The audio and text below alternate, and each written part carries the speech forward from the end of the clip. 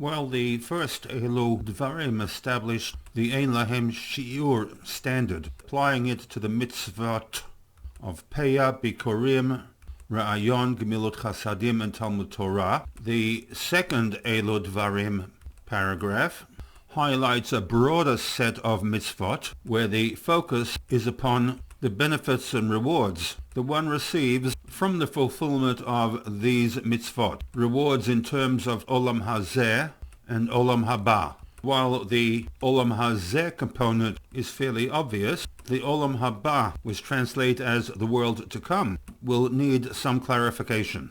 This set, beginning with the mitzvah of Kibud Av V'Aim and ending with the mitzvah of Talmud Torah, comprises a set of 10 mitzvot.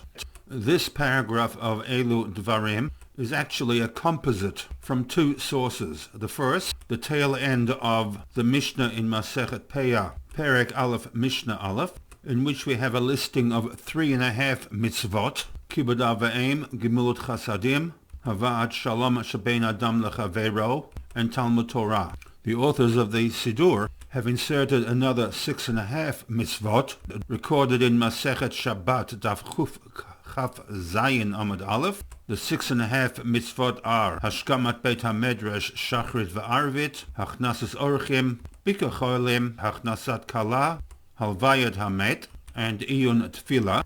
That is a list of 6, and Hava'at Shalom, in this case, Ben Ish Le'ishto. In this panel, the focus will be upon the opening statement of Elu Dvarim She'adam Ochel Peroteihem Ba'olam Hazeh V'Hakeren Kayemet Le'olam Haba. There are two sets of couplets in this opening stanza. The first couplet is Olam Hazeh and Olam Haba, very loosely understood as referring to two stages of one's life. The first stage, Olam Hazeh, would refer to the 50, 60, 70, 80 years from the period of birth to the period of death, and hence the contrast to Olam Hazeh, Olam Haba, would refer to a period after death. This is built on an assumption, and that assumption is the belief that man is composed of two components, the guf and the neshama.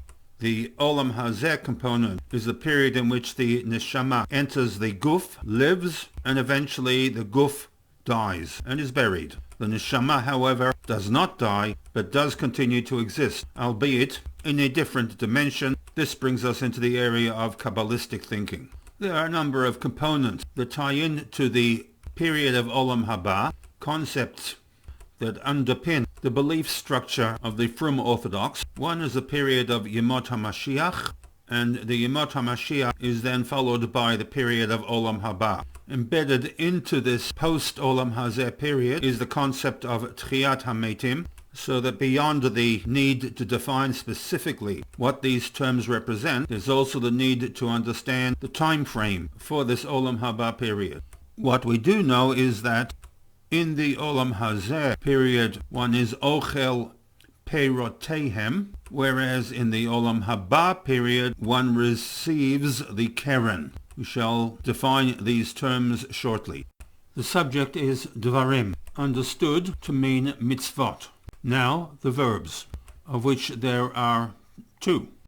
Ochel, one of the very common words with an Aleph Chaf Lamed, to eat, to dine, to consume in terms of destruction by fire or destruction by the sword. And a third translation for the Aleph Chaf Lamed is to use up. None of the translation options make a good fit to the topic of reward for the fulfillment of mitzvot during one's lifetime. Use up might be squeezed into the translation options.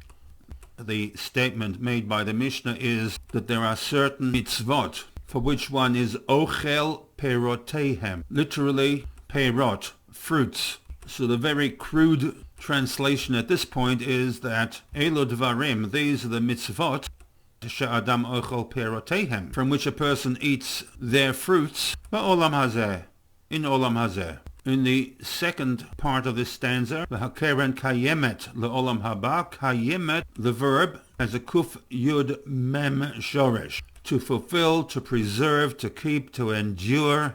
Any or all of the last three options could be applied to the fact that the Keren is linked to the period of Olam Haba.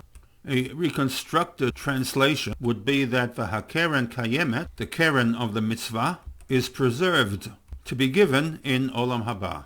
An analogy. In society, there is a concept of a bank, and the purpose of this bank is, amongst other things, to receive money from the community, hold on to this money for a given period of time, and then eventually return the money to the individual with an extra bonus called interest. The original amount deposited with the bank is the principal, in Hebrew, Keren. Eventually, the person receives back from the bank the Keren, the principal, plus the interest. The interest is calculated by the rate. Used to be about 5 to 8%. It's now 2021. And if we're lucky, the banks will give their depositors a half to 1%. The other component is the time in years. So in a term deposit, after 1 year, the principal and the interest is returned to the individual for either spending or further investment. Carrying the analogy back to our Mishnah, with respect to mitzvot, there is a benefit that one receives for the fulfillment of mitzvot throughout one's lifetime. There's also an additional benefit, the Keren component, that one receives after death. So that with this background, we now come to a translation.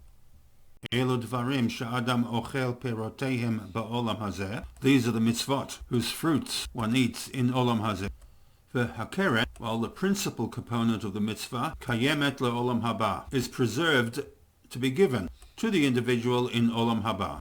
Repackaging the information of this mitzvah, we have a faith statement that for the fulfillment of mitzvot, a person reaps a reward in both this world, in other words before death, and also in olam haba. Obviously, this faith statement is built on certain assumptions, without which the faith statement is ludicrous. The assumption is that the neshama of an individual continues to exist, albeit in a different dimension, after the person dies. Two questions that need to be clarified. Number one, in what form do the two categories of reward take? What is the perot of the mitzvot, and what is the reward coming from the Keren of the mitzvah? And secondly, is this reward both in Olam Hazeh and in Olam Haba limited to the 10 items of this Elu Devarim paragraph, or does it also apply to the Tariag mitzvot in general, the mitzvah of listening to the shofar, Shabbat, Lulav, etc.?